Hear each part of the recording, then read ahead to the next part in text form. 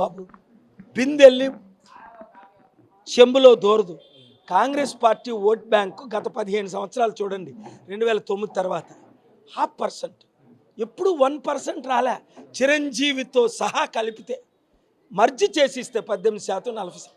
So ఇప్పుడు వాళ్ళు Congress Sharmila goal ఏంటంటే, కాంగ్రెస్ గోల్, నాకు షర్మిలా గురించి తెలీదు, కాంగ్రెస్ గోల్ ఏంటంటే 2029లో ప్రత్యామ్నాయంగా మారాలి అని. ఉండవిల్లు అరుణ్ కుమార్ గారే అన్నారు కదా, 1-2% వస్తుందేమో ఈసారి. ఆ 1-2% ఓట్లు చీలకుండా బాగా ఆలకించండి. కాంగ్రెస్లో ఇప్పుడు మీరు చేరకండి ఎవ్వరు కూడా.